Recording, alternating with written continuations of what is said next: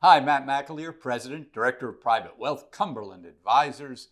August 15th, right around the close this week, with the Moose, John Mousseau, back in the house, back down from Rhode Island, where he's been giving that bright coverage.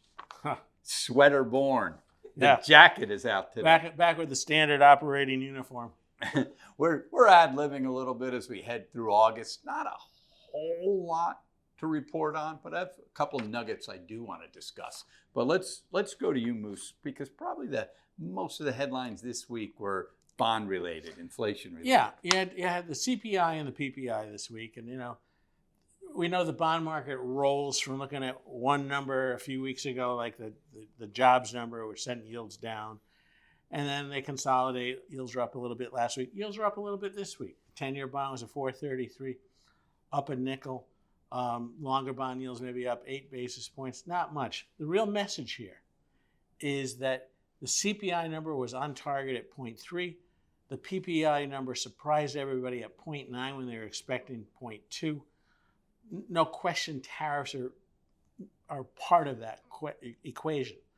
What's really good to see is the bond market is dealing with this pretty responsibly and knowing that you're going to have some elevation of inflation on tariffs, but that inflation is A, mostly one time when the tariffs get raised, and B, the ultimate influence of it, we don't know because it's a combination of sometimes companies picking up part of those tariffs to protect market share, some of them passing on the whole tariff, and some in the middle just passing on some of it.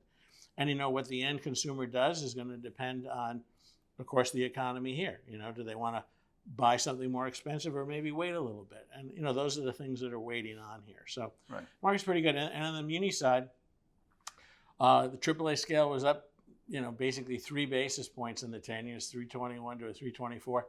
And the market gobbled up the deals this week. Yeah. So all the consternation that we talked about in July with the long end of the market, the buyers are back. Yeah, it appears there is serious demand in the muni market right now. Right. Well, good. We like that. Yes. In terms of equities this week, a little back and forth.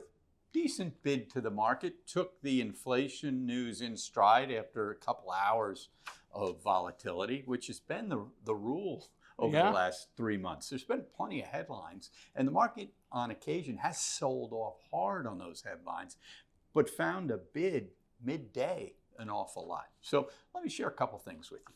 We're coming in at mid-August, heading into the end of August.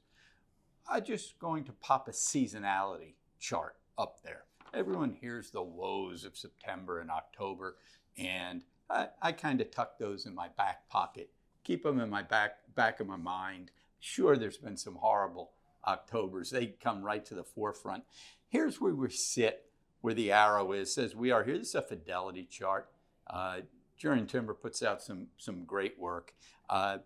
What we notice is on the percent positive weeks heading into the next 2 months, they're on the lower end of the year.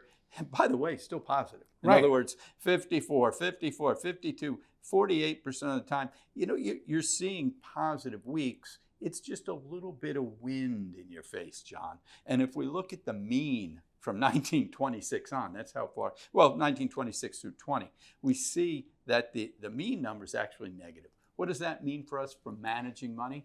Longer term, very little.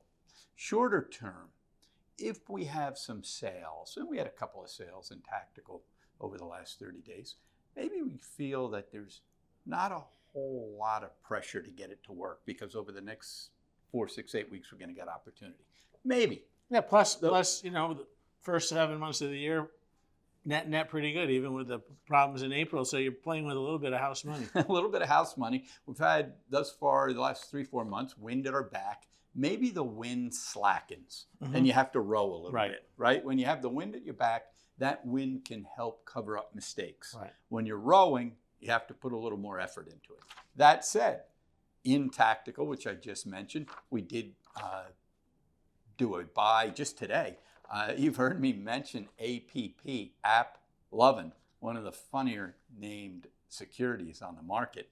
I had a very nice earnings report back. I guess it was the beginning of last week. The days run together. Really ripped hard from that 340 area to 470. Over the last few days, drawn back down, little air out of the balloon. We picked up some more down below 425 today. A nice trade by Chase Lawson. Yeah. When we're dealing with volatile securities, we tend to trade with limits, as you would imagine. And when we're dealing with a security like APP that can move 1.5%, 2% over in each direction over the course of an hour or two, we always use limits. Right. We were able to put in a tight limit and get done for clients, really in that 422, 423 area today. Stock rebounded nicely. On the flip side of that, we had a wonderful run in LRCX, which is a semiconductor equipment company, right. Great company, has ripped for us the last few weeks. One of their competitors, who everyone's heard of, Applied Materials, AMAT, Sure. They've been around forever. Poor earnings last night. They were down 15%. We don't own them. But it did put some pressure on LRCX. So in a week where most stocks worked very well for us, that was a little one that gave us a half a black eye. Right. That's going to happen. Net portfolios traded very well this week.